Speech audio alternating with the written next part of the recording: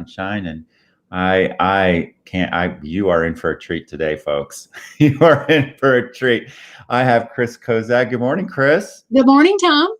I am so excited. Chris, gosh, I'll just do a quick intro and save as much time as I can for you. But my God, Chris is long time activist and business owner here in Columbus, founding Alternative Auto Care, the owner of Alternative Auto Care in 1983, Yep.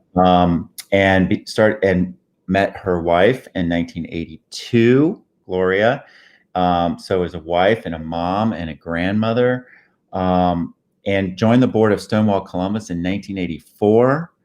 Attended the very second march, and then helped organize our marches. So, Chris was around when folks were still putting bags on their heads, back in a time when things were really scary for our community. We still have issues, and there are many people that don't feel safe, but it was a very, very different time. And Chris then helped found Bravo to help a lot of folks that were really and needed some help and having some issues with safety, and is currently and been a long-time liaison for the LGBT community with the mayor's office, is chair of the Community Relations Commission, and has been a long-time facilitator of our LGBTQ Roundtable, which does tremendous work in bringing all of our LGBTQ organizations and leaders together to make systemic, lasting change in our community.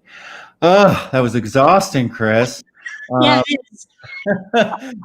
You must be tired sometimes. I don't know how you did all that, but I got to start by just saying thank you for, if it weren't for you, many of us wouldn't be able to do what we do today, and just blazing the trail and leading for us. And folks will never know, they'll never get to know what it was like back in 1982 and 3 and 4 and how different it is today. But thank you for joining us. I really am looking forward to you sharing your values and your superpower. And so I'm going to be quiet now and let you do that. All right. Well, I was talking to Tom earlier about values, and this values wheel is really focused around my activism, which is what this conversation is about. But I also have strong values around business, family, community. So it's a great topic of conversation. But this one is around activism and what I bring to activism. And I think I'll start at the top there with equity. I grew up in a small town, an only child of 2 disabled parents, and I learned about discrimination because that was way before the ADA, the discrimination that my parents faced. We were also poor. And so I learned the value of volunteerism because my family couldn't give money, but we could sure give time. And I think those two things really set me on this path. I like to talk about what I call the justice gene, and that I can't sit still when I see something unjust or an inequity, which getting back to the values wheel. And so I just dive in. Sometimes where fools fear to tread, I'm afraid. But yeah. So that's kind of equity and how I got started on that. But I'm also a radical feminist. And so that really, the combination of the two, growing up, coming out in the 70s, are just bedrock core values for me in terms of how I approach really anything. Accountability to me is you do what you say you're going to do. Again, I learned that as a small child. Also as a parent, you teach that to your kids. Your actions have consequences. And so when you do something, the consequences come with it. It's a package deal. So I very much believe in accountability. That very much carries over into my business life as well, because I think that we're accountable as business owners and employees and suppliers working for people to deliver the best. Communication, of course, is the key to it all. I'm a talker. I love to talk. So that's kind of one level of communication. I'm also, I enjoy writing. I don't have a lot of time to do it, but I do think that communication leads to clarity. You don't make bad decisions and false assumptions if you are communicating. And again, that's key to my business. Understanding what someone's expectations are better allows you to meet them, going back to that accountability thing. So it's almost a web more than a circle. History. Wow, I'm a history buff. I am not a history, not so much, white male history, but history in general.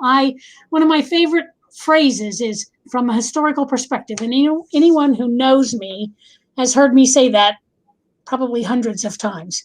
But if we do not know where we came from and how we got to where we are, we stand on the shoulders of the people who went before us, whether that's in the LGBT community, in any community, in our families.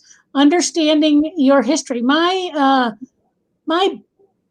family of origin is all pretty much gone. My parents are both dead. All of my grandparents are dead. I have cousins left, but boy, that family history is so important to me. It keeps me grounded and rooted.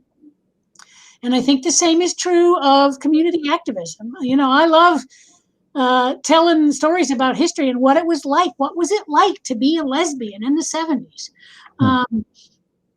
What was it like to be gay in the 80s? And I think we learn from that and we appreciate those who came before us. As we're doing this work towards equity and equality and liberation. And I guess my superpower, I picked leadership as my superpower because I very much have grown into a leadership persona over the years. I think it's stubbornness, it's history, it's age, it's a lot of things. But I very much believe about leadership a couple of things. First of all, if you are not pushing people and pissing them off once in a while, am I allowed to say piss on Facebook? I don't know. You're allowed to say piss. If you're not pissing people off once in a while, you are not challenging them. You are not pushing them hard enough, because we cannot make change from a place of comfort. We have to get uncomfortable. And that takes, speaking truth to power, even when your voice shakes, as the famous quote goes. You just got to do what you got to do. And I have never been one to be shy about any of that. I love the fact that I am an auto mechanic by profession and a business owner. I use the term sometimes bluegrass because I'm a blue collar, grassroots, working class kind of gal. And I think people don't expect what comes out of my mouth sometimes to come out. And I like that. It makes me laugh. Well, that is, thank you very much. It goes by fast, doesn't it? Yeah, that's it. Listen, again, we could go hours talking about what it was like, and I hope that you do more and more speaking about the last few decades. You have over 40 years of activism. And again, if it weren't for what you and many others did, I would not be able to do this broadcast right now, frankly. Things have changed so much. And I think, I'm just a teeny bit younger than you, but the folks that are younger than me, I hope we all have a lot of gratitude for you and what you've done. I'm 65. I got my Medicare card. I know. Isn't it crazy? It goes by fast, doesn't it? Could you just leave us with kind of what, with this transformative time that we're in, this awakening, give us a nugget of kind of how you feel about the future. Ooh, that's a tough one, Tom. I'm hopeful about the future. I am a perennial optimist. People tell me that all the time. I see the good in people. I see the good in situations.